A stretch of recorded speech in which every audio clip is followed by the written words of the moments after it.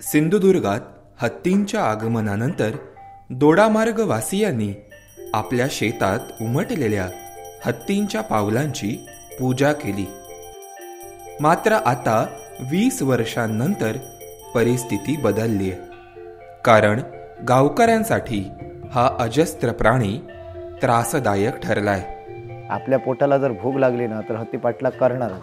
कारण मी अटक बॉम्ब लावायच्या अगोदर हत्तीकडे गेलो आणि हत्तीने माझा पाठलाग केला आणि मी पडलो पण नशीब जगलो तो. कारण हत्ती जरा पुढे आला असता तर माझ्यावर पाय ठेवूनही गेला असता. माझा स्वतः भाऊ होता सोबत. रात्री 2:30 वाजताची गोष्ट आहे.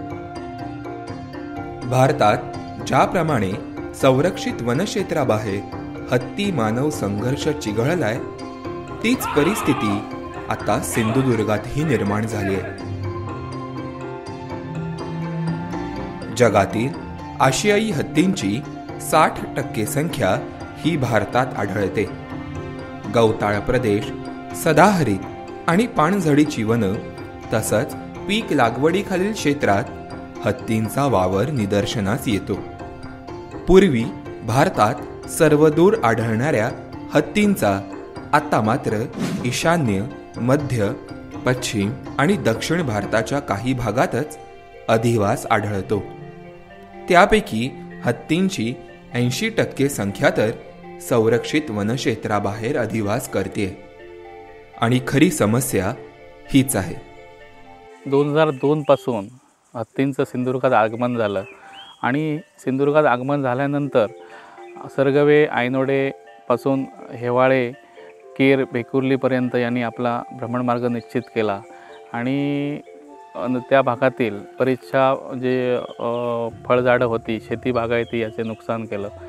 आता हा जो कळप आहे हा यांनी आपला मार्ग निश्चित करून त्यांनी गेलची पाईपलाईनचा जो मार्ग आहे त्या पाईपलाईनच्या मार्गावरून साधारण चंदगडपर्यंत ते आपलं प्रस्थान करतात. परत त्याच वाटेने परत खाली उतरतात, म्हणजे बांबर्डे, हेवाळे या परिसरात नुकसान करतात. पुन्हा ते धरण क्षेत्रात येतात आणि ही त्यांच्या हालचाली या कायमच्या आता या सद्यस्थितीला चालू आहेत. कर्नाटक राज्यातून आलेले हे हत्ती 2009 पर्यंत सिंधुदुर्ग आणि कोल्हापूर जिल्ह्यातच राहू लागले. त्यांनी लोकांच्या खाजगी शेत पिकांचं नुकसान करण्यास सुरुवात केली आणि संघर्षाचं मूळ कारण हेच ठरलं. दोडामार्ग तालुक्यातील हेवाळे, बांबर्डे, घाटिवडे तसेच मोर्ले, केर या गावात गेल्या कित्येक वर्षापासून हत्ती या वन्य प्राण्याचा उपद्रव सुरू आहे. या भागात या तिलारी नदीच्या पात्रामध्ये येथील शेतकरी मोठ्या प्रमाणावर शेती करत आहेत. माड बागायती, सुपारी तसेच इतर अनेक काजूसारखी नगदी पिके या भागात घेतली जातात. पण हत्तीच्या उपद्रवामुळे येथील शेतकरी पूर्णपणे हवालदिल झालेला आहे. हत्तींमुळे होणारं शेतपिकांचं नुकसान हा भारतातील हत्ती मानव संघर्षाचा गाभा आहे. यावर शास्त्रीय उपाययोजना न राबवता पूर्वी देशात हत्ती पकड मोहिमेचा मार्ग अवलंबला गेला होता. तसाच मार्ग सिंधुदुर्गातही अवलंबला गेला. 2009ला आपण पहिली हत्ती मोहीम राबवली, ज्याच्यामध्ये ट्रँक्युलायझर न वापरता त्यांना ड्राईव्ह केला आपण आणि त्यात कुठलाही हत्तीचा मृत्यू झालेला नाही. त्यांचे वाटा आपण परत यायचे बंद केला, तरीसुद्धा हत्तीचा वावर वाढला. नंतर 7 हत्तीचा वावर हा सिंधुदुर्गमध्ये होता. 2 नैसर्गिकरित्याच मृत्यू जंगलामध्ये आढळून आले आणि बाकीचे 2 तिलारी मार्गे परत गेले आणि राहिलेल्या 3 हत्तींना आपण 2015 सालापर्यंत पकडलं. त्यातले 2 ट्रीटमेंट, म्हणजे त्यांना जे आपण पाळीव करण्यासाठी जे ट्रीटमेंट देत होतो त्या दरम्यान त्यांचा मृत्यू झाला आणि 1 जगला, त्याला आपण म्हैसूरला पाठवून दिलं. 2 वेळा राबवलेली हत्ती पकड मोहीम सरते शेवटी कुचकामी ठरली. कारण 2015 नंतरही सिंधुदुर्ग आणि कोल्हापूर जिल्ह्यात हत्ती येऊ लागले. त्यांची संख्या दिवसागणिक वाढू लागली.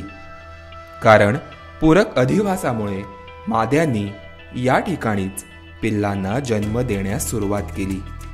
तिल्हारीच्या खोऱ्यात भटकणाऱ्या हत्तींच्या कळपात दर 2 वर्षांनी नव्या छोट्या पिल्लाचं दर्शन होतं. तिलारी संवर्धन राखीव वनक्षेत्रातील हेवाळे, बांबर्डे, घाटिवडे आणि ऐनोडे या गावात प्रामुख्यानं हत्तींचा वावर निदर्शनास येतो. तिलारी धरण खोऱ्यातील बारामाही पाण्याच्या उपलब्धतेमुळे या ठिकाणी हत्तींसाठी पोषक अधिवास निर्माण झालाय. भात शेती आणि विशेषतः नारळाच्या झाडांवरती हत्तींची ही नुकसानी जास्त दिसते. नारळाच्या झाडांमध्ये त्याची जी सुई असते, वरचं जे पान येण्याची जी जागा असते, नवीन पान येण्याची जागा असते, त्याला सुई असं म्हणतात किंवा इंग्रजीमध्ये त्याला मेरिस्टेम असं म्हणतात. तर तो मेरिस्टेम हत्ती आपल्या सोंडेने बाहेर ओढून काढतात आणि त्यांना तो आवडतो, कारण तो गोड असतो, त्याची चव गोडसर असते आणि रसाळ मधाळ दिसते, चव असते त्याची, तर ते आवडीने खातात. शेती आणि बागायत क्षेत्रातील हत्तींचा वावर पाहता दोडामार्गमध्ये काही उपाययोजनांना सुरुवात झाली आहे. यामध्ये सिंधुदुर्ग वन विभागाच्या मदतीनं मधुमक्षिका पालन प्रकल्प राबवला जातोय. शेतकऱ्यांना मधुमक्षिका पालन पेट्यांचं वाटप करून त्या हत्ती वावर क्षेत्रात लावण्यात आल्यात. सिंधुदुर्ग आणि कोल्हापूर जिल्ह्यातील हत्तींची संख्या हाताच्या बोटावर मोजण्या इतकी असूनही गेल्या 20 वर्षांमध्ये आपल्याला मानव हत्ती संघर्षाचा तिढा काही सोडवता आलेला नाही. त्यासाठी पारंपरिक आणि तांत्रिक अशा दोन्ही उपाययोजनांची सांगड घालणं गरजेचं बनलंय. तुम्हाला आमचा हा व्हिडिओ आवडल्यास तो अधिकाधिक लोकांपर्यंत शेअर करून आमच्या वन्यजीव प्रबोधनाच्या चळवळीला पाठिंबा द्या.